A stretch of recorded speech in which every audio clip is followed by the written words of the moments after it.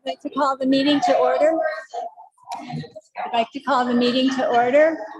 If you'll please rise, we'll say the Pledge of Allegiance together.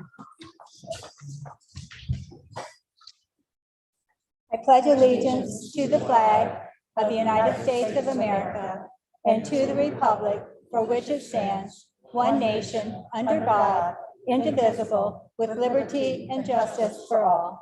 Thank you. And would you call the roll, please?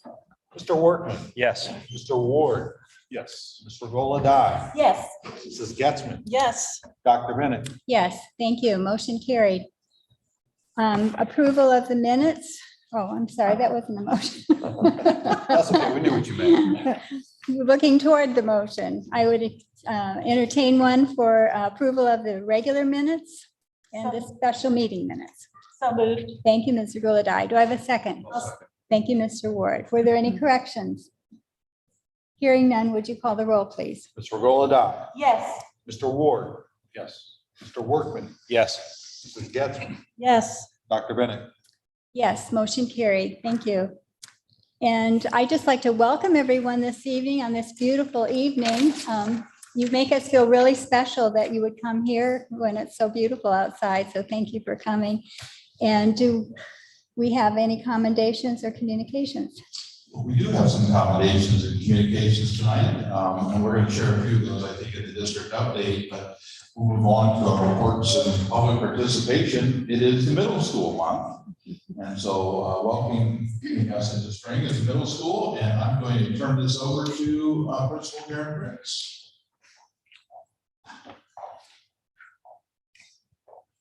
Good evening, board, Mr. Cedar, Mr. Hankins, fellow administrators, community.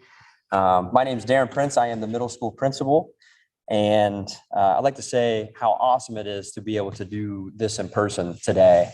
It's pretty refreshing. It's been 2 years since I've been able to do a report to you all, and it feels pretty awesome. So at the beginning of each year, Mr. Cedar puts up a calendar and lets the principals sign up for who's going to present and when. And I always have my button right on March to April, because I always want to be somebody who reports the awesome things that our staff and students have done throughout the year. And so we set 2 academic goals and 2 goals for our social emotional for our school each year. And my plan was to stand up here and talk about how we're attacking learning loss because of the pandemic, how we've doubled our response to intervention time for our most needy kiddos in our building, and that we're supporting 1/3 of our kids, so 300, with additional math and ELA time. And we're doing that, and it's awesome. But I have other things that are more pressing this evening to talk about. I want to talk about how we're increasing opportunities for our highest performing students as well. But we'll see some of that this evening as well. I want to talk about how we're being proactive. And each day we're doing social emotional checks on our kiddos that our counselors are running through a program called PBIS Rewards. And at the beginning of the year, each grade level had about 15 kiddos that were reporting an urgent social emotional matter. Now that we've entered into the second semester, we're down to less than 3 per grade level. And that's all to the due diligence of our counselors and being proactive and working with our kiddos. We also, a few years ago, applied to be a bronze award winner for PBIS, and this year with our PBIS committee, we'll be applying for the silver this year, because we've increased our tier 2 and tier 3 supports, as well as we're running in the classroom stores and a whole school store in order to allow for our students to earn points with the expectations that we have. And then we've also been placing a building goal on social emotional health and mental resiliency of our teachers. And we've been doing a year-long study in professional development and partner with NBNU. For some reason, they allowed me to run that. They said I was qualified having the mental resiliency training from the military. I said maybe they're a little bit crazy, but they allowed me to do it. And that's been going really well. But as the year went on, I started to realize that there were things that were just rising to the top that I didn't expect. And one of those things was the introduction to a new staff member that we have that walks on 4 legs. And so I wanted to invite Patrolman Armstrong to come up, and he looks a lot different to me this evening. And I wanted to have him share a little bit about our new therapy dog, Nova, and the impact that she has had on our school since arriving with us. Thank you for telling us her name. We were trying to remember it. Yes, so this is Nova. She is a Bernedoodle. So she is 3/4 Bernese Mountain Dog and 1/4 Standard Poodle. So hopefully she won't shed much and be hypoallergenic. So she's about 4.5 months old, a little feisty right now. So, hey, sit. So her mission at the school is basically just to walk around with me and let kids come up and pet her and love on her. So she has made quite the difference so far. We got her at the beginning of January. The picture here that you see is that the different grades came up with a competition. Each grade had a fundraiser for different charities, and the winning team from the grade level got to help pick her name. So they raised over $4,500 for different charities around the community. So that was pretty cool. The sixth graders especially got really involved in that. But she, since she's been a puppy, she's by my side the whole time. Sometimes there'll be situations where kids are having a bad day, and counselors or the principals or somebody will call me down and say, "Hey, can Nova come hang out for a little bit?" So we'll take her down, and almost immediately, every time, the kids' behavior and attitude change. So we had one young lady that was being pretty defiant, and typically when she gets in that situation, it's call a parent and come get her and get her out of school, because she just gets this she's in this mental mode, and we can't get her out. Within a few minutes of being around Nova, she turned it around, and like 20 minutes later, she was back in class. So she took a situation that was a very bad negative, completely turned the girl around, and she got classroom time in it. So it was a huge positive. And seeing stuff like that almost on a daily basis with her. This has been a project in the works for a while. So I've been kind of talking with kids throughout the years, asking them about how a dog would impact their time at the school. And so I knew that it would be a big impact on the students. I wasn't expecting the impact it has on staff. So on a daily basis, I'll have 15 or 20 staff members that'll come up and want to pet her and say, "Oh, that just brightened my day." That was huge. So that's been a huge surprise to see staff members get down on the floor and roll around and play with her, which is interesting. So she's been a huge hit. When she is 1 year old, she will be a certified therapy dog. So this fall, she'll go through the training, and then in the wintertime, she'll actually be certified. But her role is just basically to comfort kids. Sometimes there's been a couple times where we've had detectives come in and talk with kids for situations outside of school that's been really bad. And I've left her in there to hang out with them, and the kid it just gives them comfort to be able to sit and pet her while they're reliving some trauma. So huge hit. She's a really good dog. Most of the time, this is what she does, is just lay down. So that's it. Can you explain the difference between a working dog? Because a lot of people think of, oh, they've got a police dog in school. This is a therapy dog. It's different than your working dog that some might think of. Yes. So yes, she belongs to the city of Mount Vernon. She's a Mount Vernon Police Department dog. So she's not my dog. I'm responsible for her. So she's not our typical apprehension or drug dog. Their goal is on command to take somebody down or sniff out drugs. Her role is completely opposite. So those dogs you don't want to go up and pet, you don't want to handle. The majority of them aren't nice dogs, but she's the exact opposite. So her complete role is to entice people to come up and pet her. So it's hard to resist when she's like this. So are there any other questions for me? I had a question about the training. Sure. Who's going to do that, and what does it involve? Can you tell us a little bit about it? I've been working with Franklin County Sheriff's Office. They have a therapy dog program that they train for first responders. So I've been in contact with them, and we've actually started training with them down there. And they go through the Alliance of Therapy Dogs, which is a national organization. So they will go train me to train her with obedience school, and then also through the therapy dog program. So everything is certified through them. I think that's an important question too, because our staff members are seeing just the phenomenal difference this makes with students. And so there are now starting to be a few more requests for therapy dogs that go through the right kind of training. And that may be a conversation we have as a board to make sure that while we certainly support this idea and the training you're doing, we need to have that real assurance that the training that they're getting is the kind of training that puts everybody in the right position. So thank you. Thank you. Thank you. All right. So I'm a dog person, but I can tell you, I mean, you would imagine, I guess you could think there could be some stressful days for a principal every now and again. But when Nova comes in the door, I mean, it's like my day lights up, and I'll just have a couple of minutes of petting the dog and I'm back at it again. And I see that in our students too.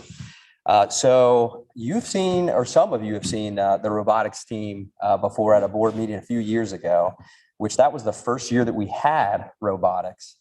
And Mrs. Emily Miller had come to me, and I believe it was my first year, and she starts to pitch this idea, and I was thinking, she's trying to squeeze one in on the new guy. Like, what's going on here? And she said, I will run with it. And boy, did she run with it. And so I'm excited to bring up our current robotics team that's going to share a little bit about what they're doing. But they've gone from being an inaugural team to this being their third year, and they're going to be participating in Worlds. And they'll talk a little bit more about how they qualified for that. So come on up.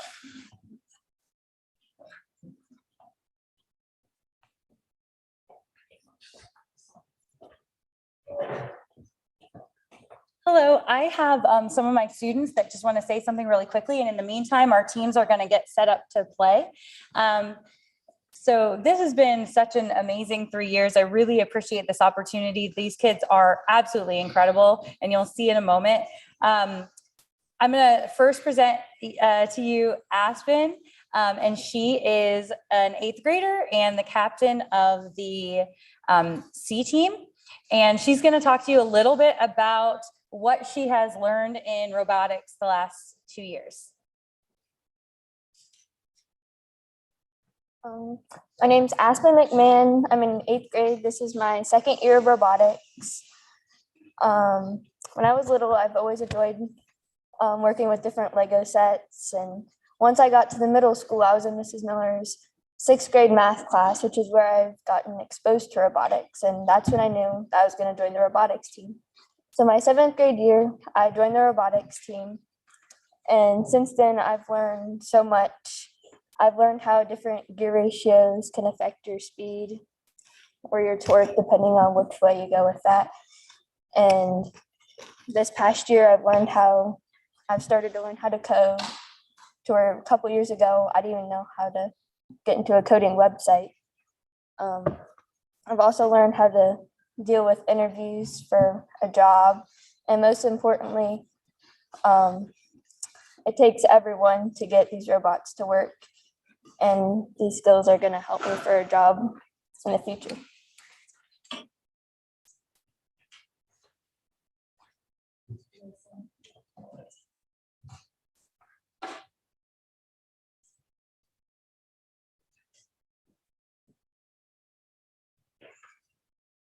My name is Jason Chestnut. I'm the captain, builder, and driver of the 42050B.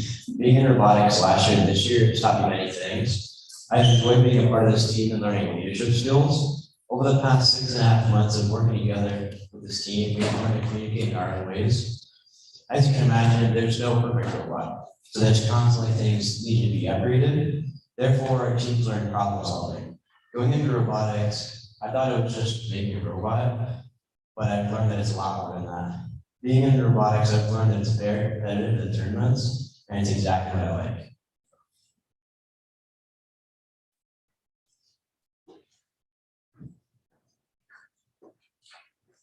I'm Simon. I'm a freshman at the high school, part of the 43050Z team. I am the driver, and I'll be driving the match for you today. So I'll try and explain the scoring method we use for these matches. So these blue goals here, minus that blue goal, are the alliance goals. Anything on those purple rings, anything on those purple rings count for the blue team, no matter what side of the field they're on. These yellow goals, and they're worth, sorry, I forgot about the blues. They are worth 20 points if they are past this sort of line here for the blue team, but if they're on the platform, they're worth 40 points.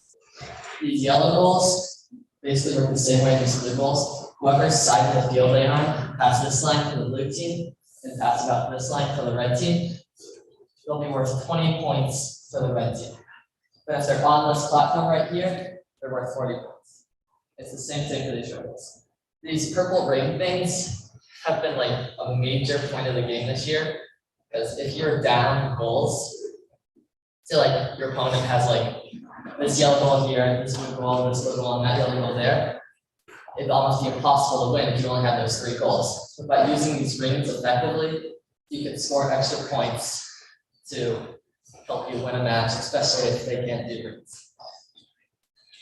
So I think we're ready to start our match.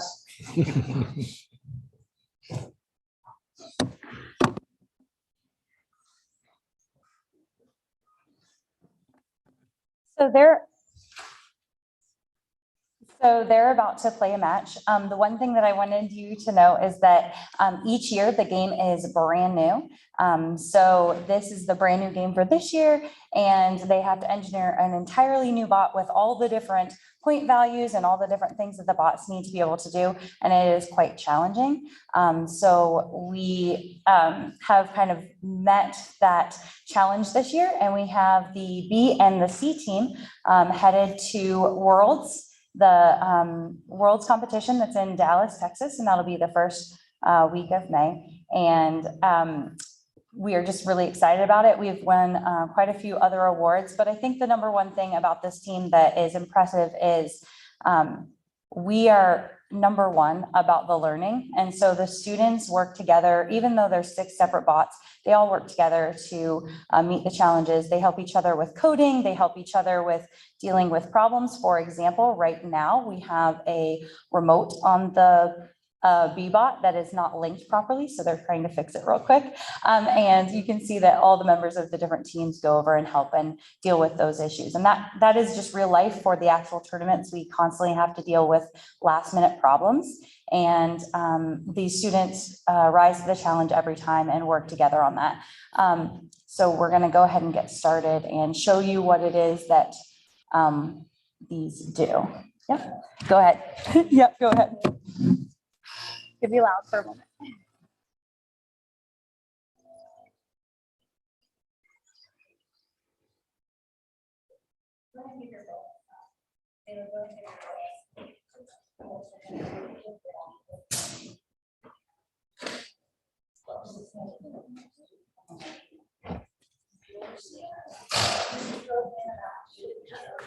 You're getting a look at our engineering notebooks right now that you can be looking through, and we'll go ahead and get started.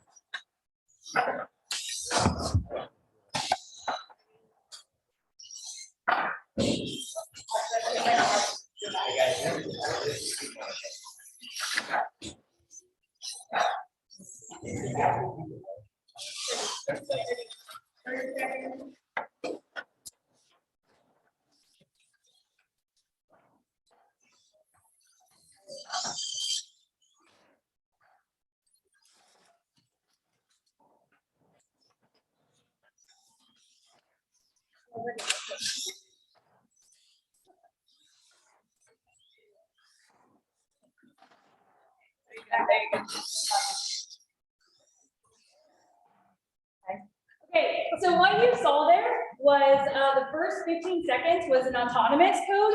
Our coders, raise your hand if you're a coder. Raise your hand nice and high if you're a coder. Okay, our coders have coded the box to do something automatically in the first 15 seconds.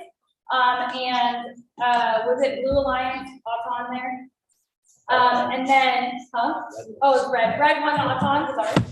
Okay, and then you can see in the meantime, then after that, they were fighting back and forth for the goals. And the reason why nothing was really happening that much between the first 15 seconds and the last 30 seconds is if they put something up on the platform and another bot can come over and tip it and just upend it and take those goals. So they had to keep hold of those goals. So they had to come up with a way to engineer these bots so they could hold multiple goals throughout the whole match without the other teams ripping them out. And our bots do that really quite well. We have engineering notebooks coming around to you, and then coding laptops just so you can see what the code is. And if you guys have any questions, we would love to answer it for you. Also, you can feel free to try your hand at driving the robots. So if you would like to do that, we welcome you to. Our drivers will help you out with how to use the remotes. Okay, so it was blue 141 to red 60. 63 or 66, sorry. 67. Oh yeah, they had it. Yes, I have a question for the students.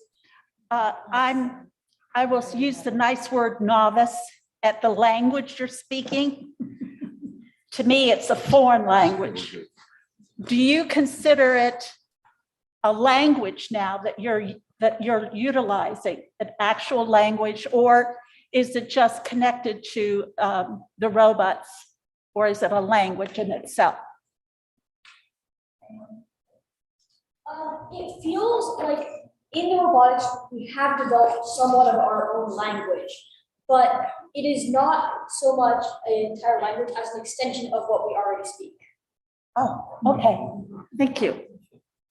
Yes. Like if you walked in during, like after school during red robotics, and like you had no idea what was going on, you could hear us speaking English and you go, oh, I know what these words mean. Then you hear us say like autonomous or back clamp, and you have no clue what that means. Or gear ratio? Gear ratio. Like just 43 to 1, that doesn't mean anything unless you specify. Is the team bigger than what it was 2 or 3 years ago? We've added 2 teams to the high school, the brand new this year. So the high school never had teams. I started out with 4 teams at the middle school, and then just this year added 2 more teams at the high school. And the plan is to probably add an additional team at the high school, because obviously as our program is growing, we're getting more students at the high school who are also interested in it. Would anybody like to try and drive the robot? I don't have a question, but I would like to thank you for having it recorded so that we could watch the tournament online. That was really neat. And it was really almost like you were there too. So thank you for doing that. As long as it does not be your seat. Mason, I have a question for you. Okay, so you signed this. That's her, she wrote it. Oh, okay, so she wrote it. Okay. I'm pretty much just signing this to say that she wrote it. Okay. Basically, this is actually a formal document. Okay. Is this your book or? That is, I believe, that. So you. She is the developer. Is it Mason? Yeah, sure whose book this is actually. Looking for somebody to drive? This is Tasha's. It's okay. Well, I appreciate y'all. She is over there. This is, And then, how often do you like travel the robot? Let's see what we got. Oh, you don't.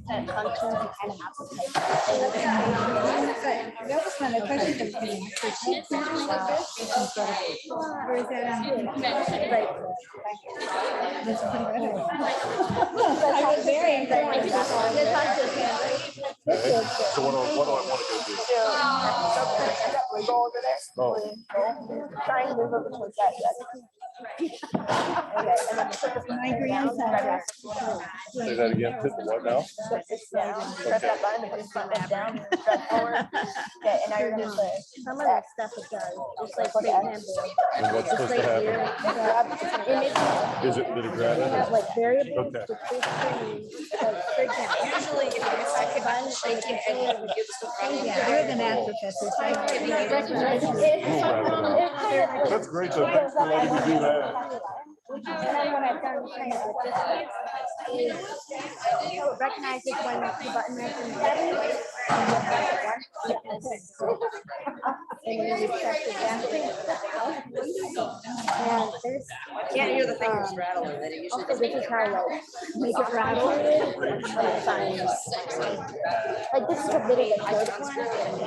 Kind of what it looks like. Okay, here's another for example. First, it was like a melody. Is that like a charger or what is that for? I think I'm And then the rest of it is kind of right. they're just like spin boards. Basically means that like a part of the box would go up and down. And then it would drive. What said she had? Oh, okay. So everything's in millimeters? Pretty The program, I can write it all I back. think you can But it's not. See, some of They're them. just more strong. but it has to be very like precise. Right. Like what happens when it's Is like, this forward 2,000 degrees? the reason it needs to be so many degrees. Mexico Pro. Well, yeah. But it has, for example, like. Okay. Actually, know what that is? Yes. It's been around a while. Like, for example, like. So it's like the whole thing is moving. So this is just the like how many lines are in this code? Oh, yeah, see, that's How long did it take? the way I remember this. I'm actually, I used to do this last Yeah. kind of like. And all of this sync command. Most of it just makes it a little easier. The second makes the awesome stuff. Okay. That makes sense.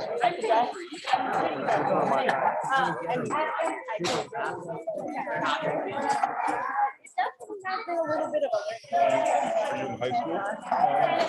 Eighth grade. You're tall. kind of been an experimental process. So trial and error. Yeah, well, Would you like to see? Sure. It's in a software made by that.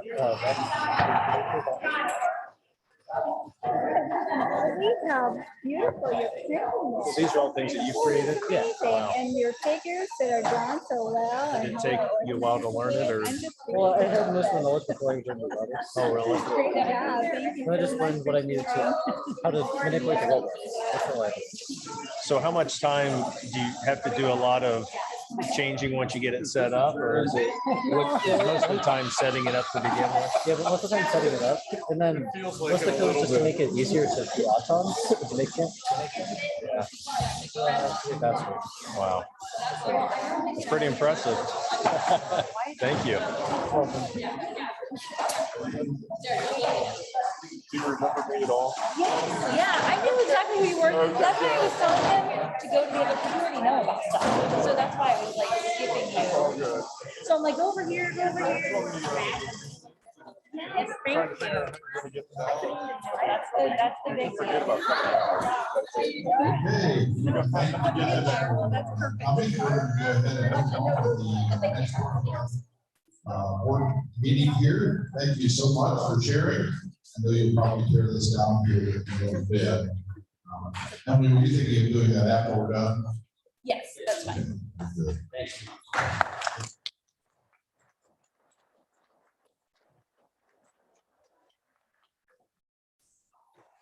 Thank you very much.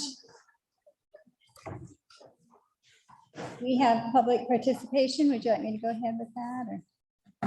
And certainly for some of you, you're welcome to stay. If you want to go maybe off into the gym, if you don't want to hear the formal part of the board meeting, you're welcome to do that. And we'll bring you back here to help kind of tear down. For some of you in the audience who didn't get, quite frankly, a chance to see, or you've never seen their books, the log books are incredible. I mean, to see the kind of detail that goes into those journals and the fancy print, it's pretty impressive. So very well done, and I'll absolutely share a little bit of the district update about our situation as well. So we are at that point where we have public participation. Are you going to do the student government? The student government, we will mention some of the student government things in the district update. Felt like a better time to share. Okay. Mrs. Nesbitt, did you want to say anything? Thank you. And Mr. Lang, would you like to say anything this evening? Okay, thank you. And thanks for coming anyway. And we have one person who signed up for public participation, and that's Andrea White. Dr. White. Hi, I'm Andrea White. I just wanted to thank Mr. Cedar and Dr. Bennett. You asked the questions that I was concerned about regarding the dog, whether or not it was a therapy dog or a working dog for the police. And I'm assuming that that is also the case with the students, that they know it's a therapy dog and it's not a drug sniffing dog or a dog that is working for the police. Is that right? I would assume that as well, but I couldn't say that they made an announcement to every student that that's therapy versus a drug dog. I do have a concern that students are learning that it's okay to approach an officer and a dog, right? If they generalize that to another situation with an officer who has a dog, that could cause problems for the child. Because they would be approaching an officer and expecting a dog to be friendly, and it might not be friendly. So I think that should be a part of the students' instruction around this dog, that it is a therapy dog trained to be a therapy dog, and that students should not approach dogs with officers generally. But thank you. I mean, my son, I asked him as I was backing out of the driveway, what's the deal with the dog? And he's like, I don't know. And I said, what do you think it's for? And his first response was drug sniffing. So it's not generalized that they know it's a therapy dog. Fair point, and I think somehow we can actually convey that appropriately. Yeah. You know, I think the article on the website kind of details that. Maybe if there's a way that you think we might be able to better kind of convey that. But my son knows not to approach an officer and a dog, period. But are the students reading the article that's on the website and then realizing, oh, it's okay if I go up to this dog, but it's not okay if I go up to other police with dogs. So that's my primary concern around this dog. And the allergy thing you addressed as well. Thank you very much. So, thanks. Thank you. Advice, thanks. And I think Jeremiah did make that distinction. So I'm sure he would be amenable to making that very clear to students. So thank you. Okay, we are on then to. We have no board items for discussion tonight. We do have a number of additions and deletions. Mostly additions here. We have the addition of some summer school teachers. Also, we have the addition of a substitute teacher. And as we move into the superintendent's report, I do have a district update. And it's brief tonight, but a lot of it is congratulations kinds of things. And one of it is to congratulate our robotics team. But let me go down through here. So hello, spring. It's nice that spring is now sprung. I did find some interesting facts I thought I would just share. Did you know that the fall and spring equinoxes are the only two times during the year when the sun rises due east and due west? It's the only two times in the year. The other thing I found kind of interesting when I was looking up spring was that on the first day of spring, a person at the North Pole would see the sun skimming across the horizon, and it would begin 6 months of uninterrupted daylight. And of course, it's the opposite at the other end. Not sure how I would feel about 6 months of uninterrupted daylight and then 6 months of darkness, but that's what it is. And if you were born in March, your birth flower is a daffodil. Fun fact, I thought you'd like to know. Special congratulations are in order here for our robotics team. This is a picture of them. We had two teams, team 43050B and team 43050C.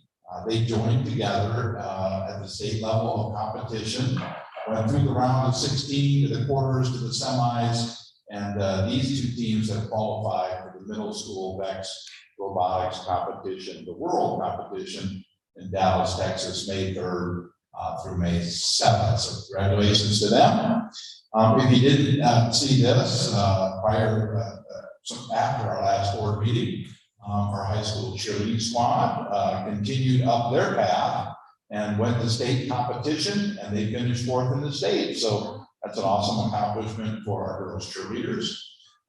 We also made mention of this at our last board meeting, that Emma Reinhardt was heading off to the state championships. And not only did she head there, but she placed 3rd in the state. And so that's quite an accomplishment for her. A couple other side notes. We're going to have normal kindergarten registration this year. And so in the past couple of years, we've kind of, because of COVID, we kind of moved to August registrations and a lot of remote and online opportunities. This year, we're going to go back to a more traditional registration.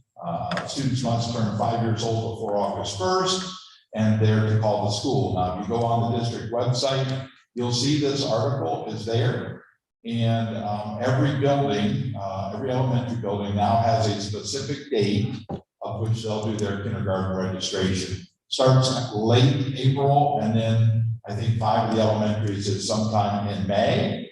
And so if you want to see specific times, feel free to take a look at that. We're hoping to do a lot of the testing from speech to some of the health screenings, also PT and OT. So it'll be nice to get back to a more traditional kind of a kindergarten registration. The other announcement that has come since our last board meeting here is that we've been awarded, in conjunction with Nationwide Children's Hospital, a school-based health center. And so this is exciting news. We partnered up with them several months ago, put in an application, and right now it just feels really exciting to be joined with Nationwide Children's. They wrote a grant that included 4 different schools, Reynoldsburg, Columbus City, Shelby, and Mount Vernon. And that application was approved. And here's kind of an article that our reporter Emma Davis wrote, Mount Vernon City Schools, and Governor DeWine's recognition of that. And so I have a meeting with them on Wednesday as we start to kind of just start to dive into some of the particulars. The hope is that the school-based health center will be up and running by sometime at the end of next year. So there's some renovation, there's some community outreaches, there's communication that needs to take place, and Nationwide will be kind of holding each other's hand as we walk through that process. So that's exciting. And then the last thing that I have here, and this kind of goes along with the high school thing, we are having a spring play this year. It'll be a theatrical production of Play On. Performances will be April 22nd and 23rd. So it's nice to kind of, liven up the theater a little bit. The Forum show was this weekend.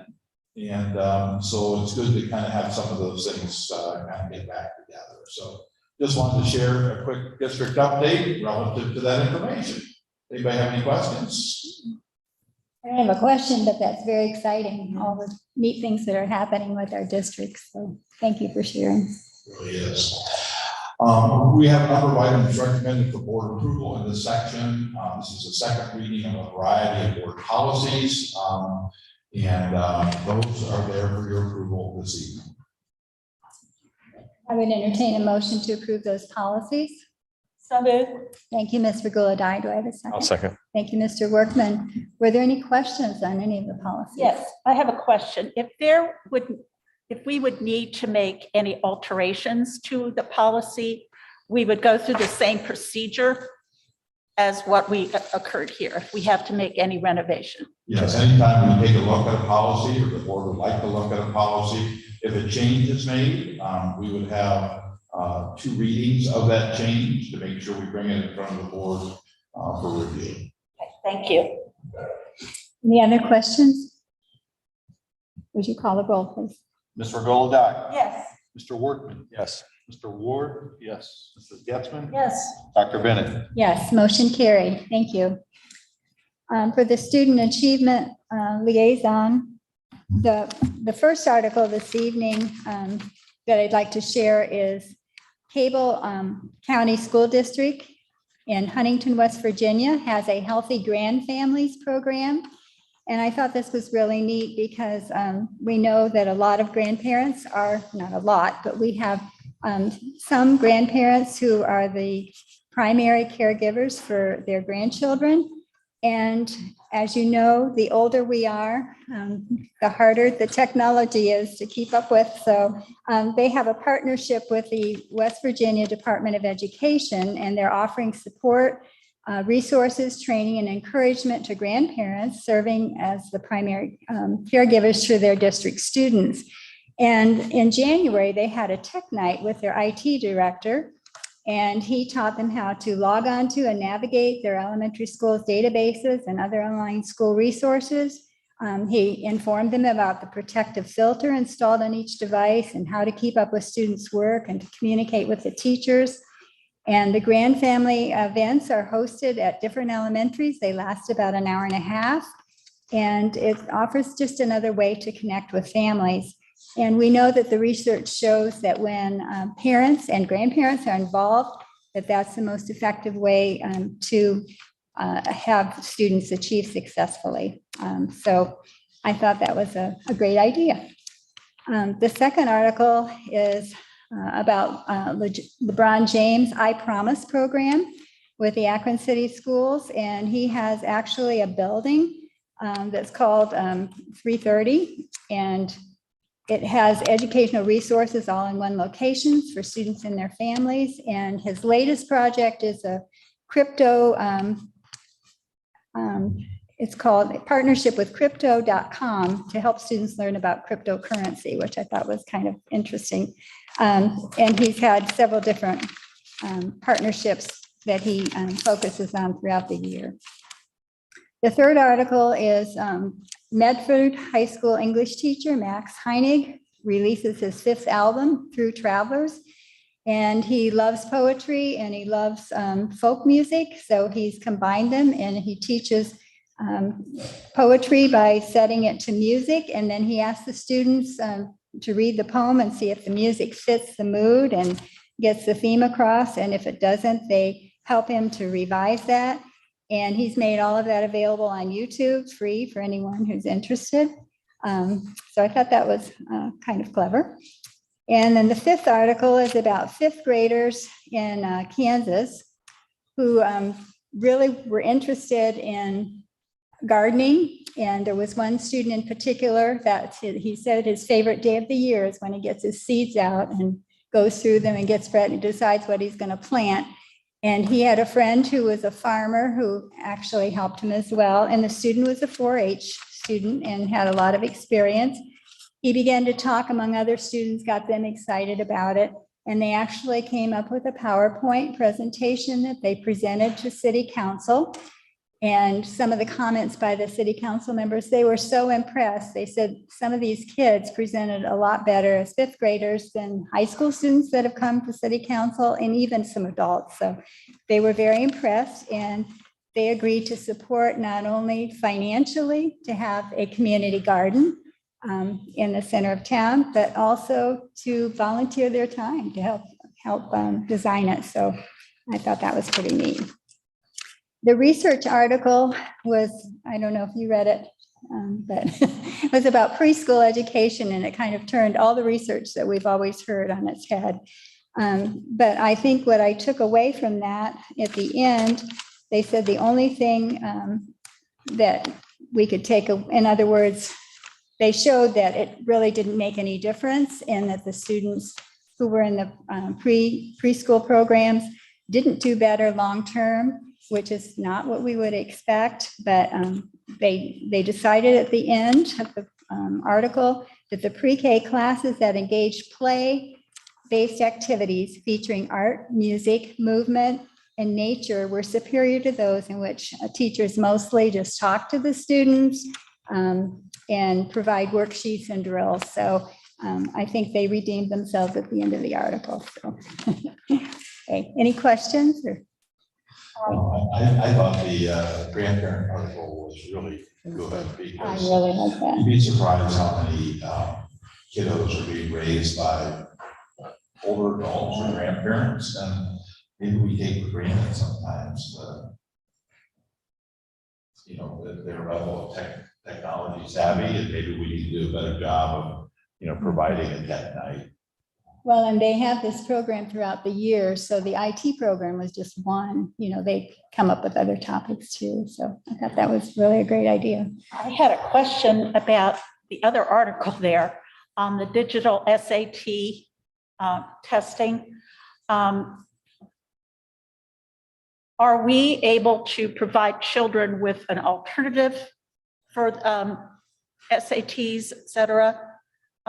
When they're testing, some children don't respond as well on the computer. Are we able to provide them with alternatives? I think only if it's an IEP, is that correct? It has to be some specific requirement. That's a great question, and I wish I had the answer for you. I know ACT and SAT certainly have their criteria, how they test. I believe they have gone mostly electronic. But does that mean that they don't have that option to do it, let's say paper, pencil? I'll find that for you. Okay, thank you. The article, since you mentioned it, was about the comparing by race, how students did electronically. And it was surprising that the minority groups that you would have suspected may have been less likely to do as well on electronic did better on the online test than they did on the paper. So I thought that was interesting. I skipped that because our students were doing ACT. So, Right. yeah. Thank you. Good question. Thank you. Under the section for items for approval, we have just one tonight. It's College Credit Plus partnership with Vernon State Community College for your approval tonight. I would entertain a motion to approve that item. So moved. Thank you, Mrs. Gulladye. Thank you, Mrs. Wilson. And were there any questions? Would you call the roll, please? Ms. Regola-Dye. Yes. Mrs. Getzmann. Yes. Mr. Workman. Yes. Mr. Ward. Yes. Dr. Bennett. Yes, motion carried. Thank you. And we have fiscal services.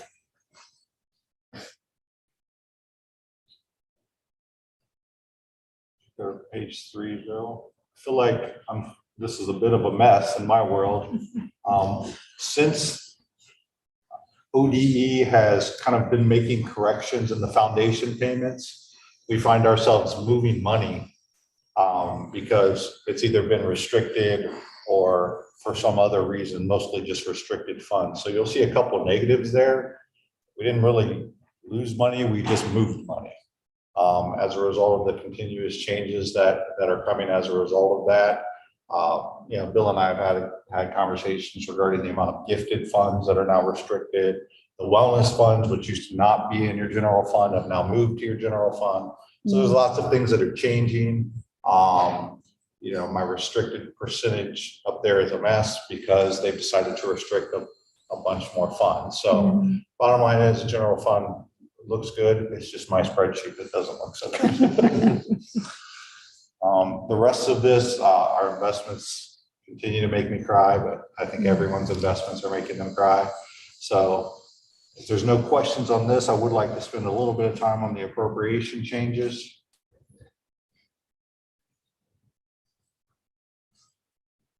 I'll notice I keep the history in there, so it kind of looks convoluted, but all you really have to focus on is the column regarding March, and there are two changes. You see the student-led activities fund. This one is kind of fun. It's their money. So I think they've just kind of, during COVID, did a lot of setting on it, and now they're on a spending spree. So that's okay because it's theirs, so it doesn't bother me at all, but the board does have to approve it. The permanent improvement fund, we're appropriating more money. We did have some carryover last year, believe it or not. And our tax anticipation note, the money flows from PI into a bond. And so that kind of raises the PI dollars.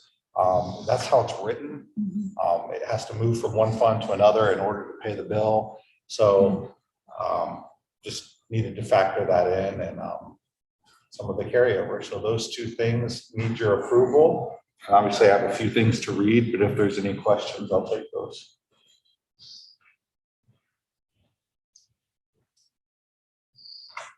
You must have done a good job. Oh, that spreadsheet looks bad. Those percentages are right.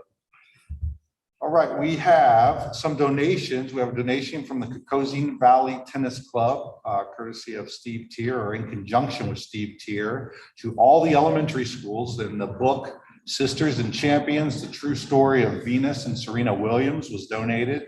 Again, that was to all of our elementaries. We have a donation from Abby Taylor to the Wigan Street Library of several books that celebrate diversity and inclusion. We have a memorial book that was donated in memory of Patricia Elder, the mother of Trina Sims, who is a 5th grade teacher at Twin Oak Elementary. And it was a book titled Flowers, which was obviously donated to the library upstairs. Thank you. I would entertain a motion to approve those 4 items. So moved. Thank you, Mr. Workman. Do I have a second? I'll second. Thank you, Mr. Ward. Were there any questions? Would you call the roll, please? Mr. Workman. Yes. Mr. Ward. Yes. Mr. Regola-Dye. Yes. Mrs. Getzmann. Yes. Dr. Bennett. Yes, motion carried. Thank you. Ms. Regola-Dye, you're up next. Thank you. In the facts and a flash, the first part of the month, SB 9 went to the governor's desk for signature. It requires ODE and other state agencies to reduce regulatory restrictions by 30% by the year 2025. SB 9 also includes $9 million to local boards of elections to help administer the May 3rd primary. The governor also signed SB 11 into law, and it is in regard to paid leave for Juneteenth for non-teaching school employees. In the House Primary and Secondary Committee, a second hearing was held on HB 583, which affects temporary short-term substitute teachers' licenses. HB 497 would modify English language arts assessment and would eliminate retention under the 3rd grade reading guarantee. HB 403 is in regard to teacher resignations or retirement under threat of disciplinary action. HB 508 in the House Civil Justice Committee added a correction amendment regarding parental rights. And then under federal omnibus appropriations, education funding is to be distributed in discretionary funding and ESSA funding. And then I wanted to talk a little bit about HB 290, which is also known as the backpack bill. And it would create a statewide foundation formula in which funding would follow a student either to a public school or non-public school. Although the bill would supposedly not affect local funding for our public schools, there is only so much funding in the state budget for education. There would still be an effect with less money possibly allocated to public education. The funding pie consists of a fixed amount, and you can't remake the pie to make it bigger after the allocation has been determined. And I sent an email to the sponsor of this bill voicing my concern that public funds would once again be used against public education for our purposes. That's it for today. Any questions, comments? Who was that sponsor? The sponsor of, That's okay. I had his name, it escapes me That's now. okay. Sorry. Thank you. Thank you. And facility. We have a number of items for board approval tonight in this section, facility use requests. We were working collaboratively with MVNU with the field house, and they had a big national basketball competition. And so together they used the field house, and we're just approving this retroactively. They used it a few weeks ago. Mount Vernon baseball is ready to kick into high gear. They want to use the field house. Every year we approve St. Vincent de Paul to use our outdoor track facilities. Girls on the Run is getting going again. Item 2 here, Heartland Outdoor Environmental Education. Our 5th graders will again have the opportunity to enjoy outdoor education. These will be one-day events. They're still not to the point where they're doing the multiple overnight kind of venues. And I don't know if I see that changing, but just the fact that all of our 5th graders get that opportunity for a full day is a good thing. Item 3 is we have an inspection and testing with Kind Fire to handle those things with our fire alarms. Item 4 here is the door replacement project. You'll notice that that was approved with Capital Aluminum. That bid opening took place last week. And then finally, number 5, we're looking at using ESSER dollars to shore up the shell of the high school through a roofing project. And we have to have an architect go through that whole process to make that happen.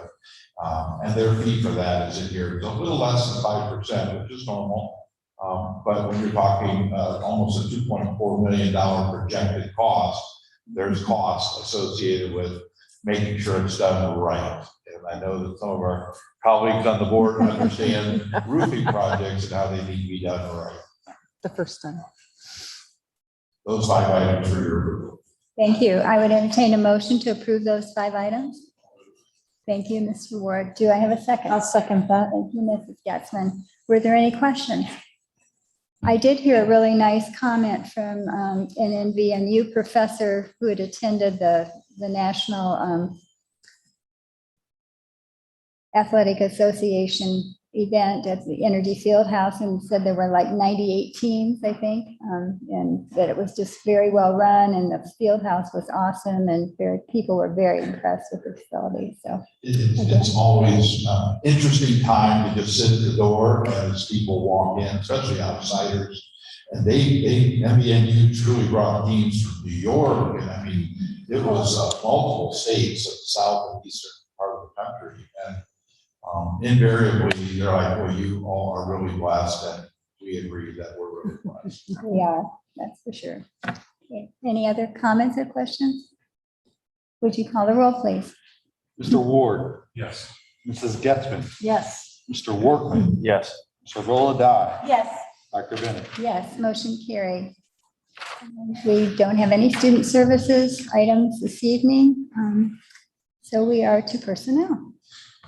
Now, personnel, certificated and licensed staff, we have a salary change notice. That's just an item for information, but under items for recommendation, you'll see a number of a variety of things that are typically in this section. A couple of resignations. We have the addition of some substitute teachers. We do have a job share that will be going on in the middle school. And then a number of supplemental positions, as well as summer school. We're actually beginning to start to talk about summer school. We will be providing summer school for those who need credit recovery free again this year. And we'll be utilizing some of our funds for that academic gap closing to make sure that that happens. So those are the items for your approval tonight. I would entertain a motion to approve those items. So moved. Thank you. I'll second. Mr. Workman and Mr. Ward, seconds. When you mentioned that, it prompted something else. Can I ask if you're having the summer lunch program for students again? They are planning on having a summer lunch program. I think it'll be at the two traditional parks that they've had them in the past. We've tried a couple other parks to some degree good and maybe not quite so sophisticated, but I'm pretty confident that we're having them at the same two that we've always had. If that changes, I'll let the board know. Thank you. Okay, any other questions or comments? Would you call the roll, please? Mr. Workman. Yes. Mr. Ward. Yes. Mr. Golodai. Yes. Mrs. Getzmann. Yes. Dr. Bennett. Yes, motion carried. And classified staff. Under classified section, we have no items for information, number of items for board approval again. We did bring on 2 new employees. We have a couple folks here. We have number of 2-year contracts, transfer, and substitute employment, as well as 1 resignation for your approval tonight.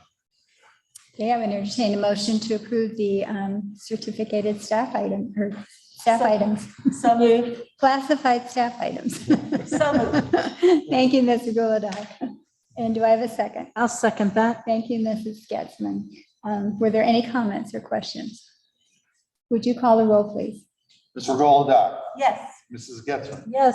Mr. Workman. Yes. Mr. Ward. Yes. Dr. Bennett. Yes, motion carried. Thank you. Mr. Workman, would you like to begin with comments this evening? Sure. I'd like to thank everyone for coming this evening. It's nice to see the sun out later, so that's always good. This is my second go around of seeing this, and I'm equally impressed the second time.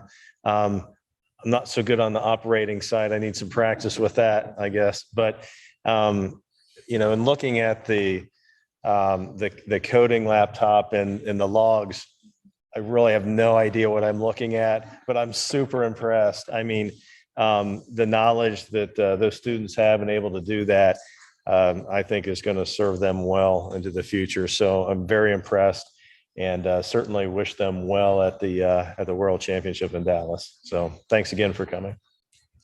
Thank you. Mr. Ward. Yeah, I want to piggyback on that. I want to congratulate Mrs. Miller and the administration for setting the framework for allowing that to happen. And and I'm proud of them. I was looking through their books and I thought, holy cow, what is this?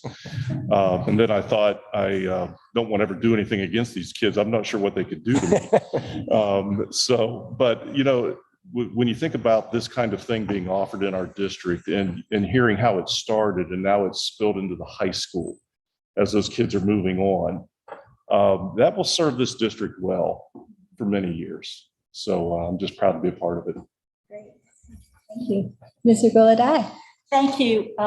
First of all, thank you all for coming this evening, and thank you to those at home. When I was speaking with one of the students, I was asking questions and he was responding. Sometimes, of course, his language was not what I am used to, but he told me that he's learning real world applications for his future. And I asked him, well, is this something like architecture, engineering? He says, yes. So it's more than just books now. We have to realize that the world is changing and we have to change with it. And these children are going to be the leaders for that in the future. So without the community's help, we wouldn't be able to do it. And finally, I'd like to close. I failed to mention at last month's meeting the passing of one of our retired educators, Marcia Savage from Pleasant Street School. She died suddenly, and she will be sorely missed by those of us who retired from Mount Vernon City. She was an advocate for public education and a strong advocate for our teachers. Thank you. Thank you, and thanks for remembering, Martha. And Mrs. Getzman. Just congratulations. Spring is here. I know all of the teachers and the kids and the staff are anxious and ready for a week break. So hang in there a couple more days, girls. And just lots of exciting things as we've wrapped up the fall seasons and our activities. And spring is here, and it's exciting to celebrate the many, many successes. We unfortunately don't always get to hear of the success stories. So when we can celebrate in such a manner that we did tonight with the robotics team, and our new dog that's helping our students, that's real life. That's applicable, and it's exciting to see. So thank you for thinking outside of the box to get our kids what they need. And it's exciting times in Mount Vernon. So thank you to our staff, our students, and our community. Great, thank you.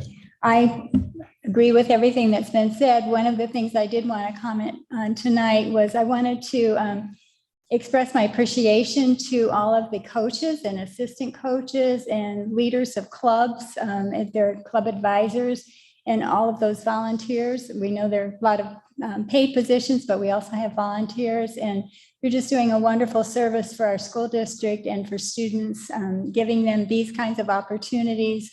And not all kids, are into sports, so there are other clubs and activities that they can do. So I just really appreciate our staff and our teachers for going the extra mile and spending all that extra time. I know years ago, we had a friend who was a coach, and he said, with all the hours I put in, it probably is worth about 50 cents an hour is what he was getting. But that wasn't the point. The point was you love kids and you want to be with them and you want to see them excel. And so I just wanted to express my appreciation that we have all these opportunities for our kids, because that's what sometimes makes a difference in a child's life, is to be able to excel in some special activity. So thank you. I forgot to mention one other thing. I was able to attend the forum show, and this kind of world application and what I saw there in performance art is applicable to the world too, because music, dance, and all of those things are part of the whole child. And I was so impressed. And you're right, you mentioned the drum line. Wow. So that's it. Thanks. We have a lot of talented students, don't we? Okay, and I understand that we need to go into executive session for the purpose of negotiations. We'll go into executive session here for a little bit as we kind of end this part of the meeting. It is exciting, and I appreciate Mr. Ward's thoughts relative to looking into the future. Our district leadership team had a long meeting last Friday, and knowing that we have an educational vision that's student-centered and future-focused, you're going to be hearing more in the future about teachers, perhaps maybe the ones you've seen tonight. We're going to have an even greater impact on what our kids are going to learn. It's maybe a little different than what we learned in the past. So our goal is to prepare our students for the future. It's exciting. So we will not take no action after executive session, and it is for the purposes of negotiations. I would entertain a motion then to go into executive session. So moved. Thank you, Ms. Agoda. Is there a second? I'll second. Thank you, Mr. Ward. Any last minute comments? Okay, would you call the roll, please? Mr. Golodat. Yes. Mr. Ward. Yes. Mr. Workman. Yes. Mrs. Getzman. Yes. Dr. Bennett. Yes, motion carried, and the board will go into executive session. Thank you again for coming, and have a wonderful rest of the evening. We'll go ahead. Stairs, so they can clear this out. Say they don't want to make them wait on us. That'd be terrible. You can put that in there.